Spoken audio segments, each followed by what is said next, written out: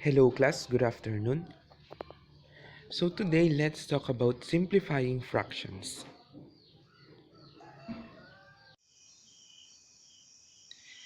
In simplifying fractions, you need to go back in finding the greatest common factor, but you should also know the prime factorization. The first thing that we're going to do is to find the prime factorization of 4. So just 2 times 2, the answer is 4, and both 2 are prime numbers. Next is 10. 2 times 5. 2 is a prime number, 5 is a prime number, so we can rewrite it as 4 is equal to 2 times 2, then 10 is equal to 2 times 5. And after that, we need to circle or box the common prime number of the two. So since the common prime number is 2, then that would be the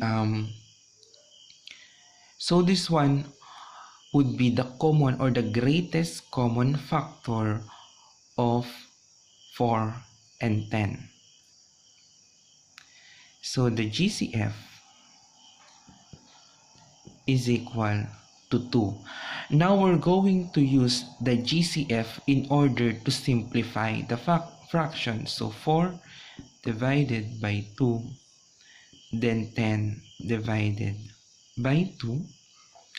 The answer is 4 divided by 2 is 2, then 10 divided by 2 is 5.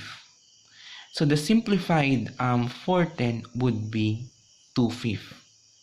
So these two are just equal because 2/5 is just the simplified form of 4/10. Another example,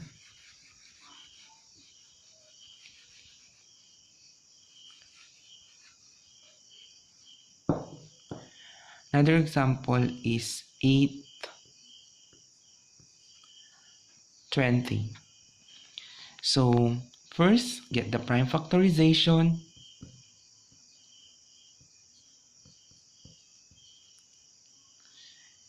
Next is 420, 2 times 10, then 2 times 5. Then rewrite this one. So 8 is equal to 2 times 2 times 2, while 20 is equal to 2 times 2 times 5. Then now let's box the common prime factors. We have 2 and 2. Then after that, since the common prime factor is 2 and 2, just multiply it. So 2 times 2, the answer would be 4. So the GCF is equal to 4. Again, how did we get 4? Just multiply the common prime factors. Since the common prime factors is 2 and another 2, so 2 times 2, the answer is 4, and that would be the GCF. Then after that, just divide.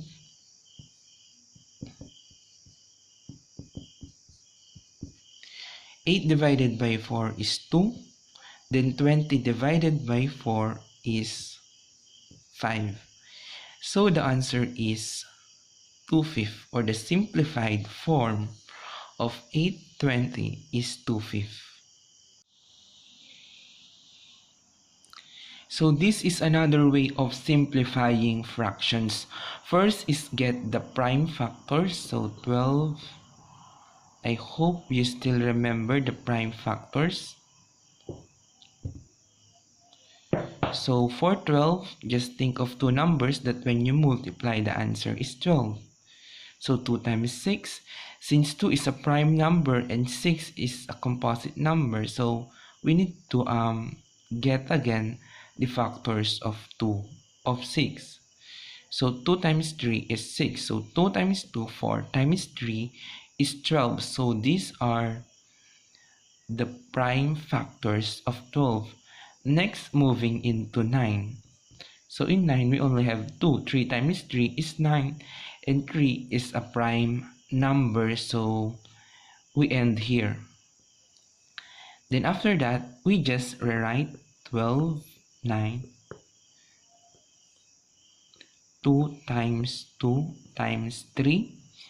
Then 3 times 3. Then after this one, we need to cancel the common prime factor. We need to cancel all the common prime factor. So these are the digits that is visible on the numerator and on the denominator. So since we have 2 here, and in the denominator we don't have 2, then just leave it there. 3, we have 1 3 here. Then so we need to cancel 1 3. If we have 2 3 here and 2 3 here, then cancel both. Actually, we are canceling the common factor or the greatest common factor. And after we cancel the common factor, and this is the time to multiply the left factors. So 2 times 2 is 4, then 3. So that's it. The simplest form of 12/9 is 4/3, or if we're going to convert this one in mixed number, 4 divided by 3, 1. Then 1 times 3 is 3. Then subtract. So this is the quotient, numerator. Then this is the quotient. This one is the numerator. And this is the denominator. So that's it. So let's have another example. Get the common factor or prime common factor of 12. Prime factors of 12. Then we move to 18.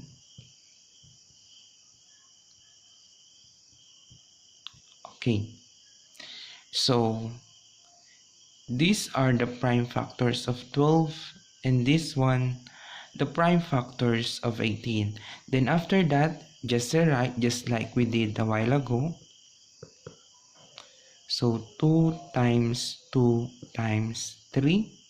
And for 18, we have 2 times 3 times 3. Then after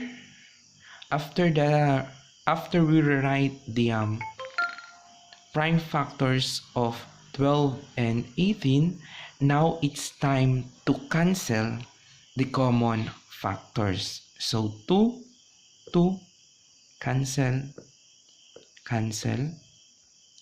Next, 2, there's no 2 here.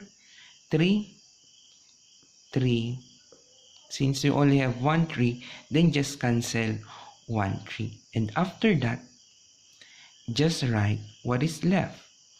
So 12/18 is equal to 2/3. So 2/3 is the simplest form of 12/18. For your activity, answer practice A 1 to 10 on page 196. Write your solution on a sheet of paper, take a photo of your answer, send it by a private message, deadline November 13.